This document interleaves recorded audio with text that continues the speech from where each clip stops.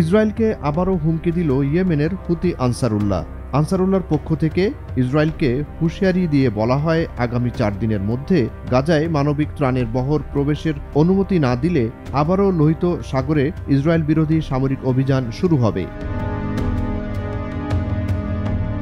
7 March শুক্রবার স্থানীয় সময় রাতে টেলিভিশনে প্রচারিত ভাষণে হুতি আনসারুল্লাহ নেতা আব্দুল মালিক আল হুতি তেল আবিবকে হুঁশিয়ারি দিয়ে বলেন, 4 দিনের মধ্যে গাজার প্রবেশ পথগুলো খুলে না দিলে লোহিত সাগর দিয়ে ইসরায়েলের কোনো জাহাজ চলতে দেয়া হবে না। তিনি বলেন, গাজায় ত্রাণবাহী ট্রাকের প্রবেশ বন্ধ করে দেওয়ার মাধ্যমে এই উপত্যকায় আবার দুর্ভিক্ষ ফিরিয়ে আনার প্রচেষ্টা ইয়েমেন চেয়ে চেয়ে দেখবে না।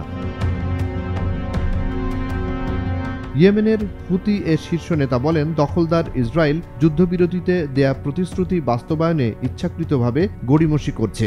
গাজাবাসীর খাবার আটকে দেওয়ার পাশাপাশি আহত ফিলিস্তিনিদের উন্নত চিকিৎসার জন্য গাজার বাইরে যেতেও বাধা দিচ্ছে তেল আবিব, যা গভীর উদ্বেগ সৃষ্টি করেছে। টেলিভিশন ভাষণের এক পর্যায়ে ইসরায়েলের প্রতি কঠোর হুমকি দেন আব্দুল মালিক আল হুতি। তিনি বলেন, ইসরায়েল আবারও গাজায় দুর্ভিক্ষ সৃষ্টি করে জাতিগত শুদ্ধি অভিযান বাস্তবায়ন করতে চায়, যা কোনো অবস্থায় সহ্য করা হবে না। এদিকে ইসরায়েলকে দেয়া আলটিমেটামকে স্বাগত জানিয়েছে হামাস। গাজা উপত্যকায় মানবিক সাহায্যের উপর অবরোধ প্রত্যাহারে দখলদার ইসরায়েলকে বেঁধে দেয়া 4 দিনের আলটিমেটামকে স্বাগত জানায় ফিলিস্তিনের ইসলামী প্রতিরোধ আন্দোলন হামাস। হুতি আনসারুল্লাহর এমন আলটিমেটামকে সংহতি জানিয়ে প্রশংসা করে তারা।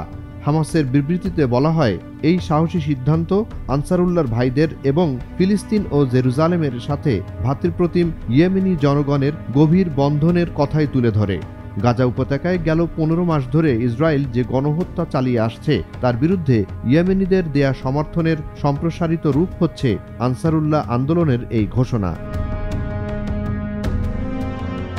ইয়েমেনের আনসারুল্লাহ আন্দোলনের নেতা আব্দুল মালিক আল হুতি 4 দিনের আলটিমেটাম দিয়ে সতর্ক করে বলেন, যদি ইসরায়েল যুদ্ধবিরতির আলোচনা পুনরায় শুরু করতে এবং ত্রাণ সরবরাহের উপর থেকে নিষেধাজ্ঞা প্রত্যাহার করতে ব্যর্থ হয়, তাহলে আনসারুল্লাহ যোদ্ধারা ইসরায়েলের সাথে সম্পর্কযুক্ত সামুদ্রিক যানবাহনের বিরুদ্ধে আবারও অভিযান শুরু করবে।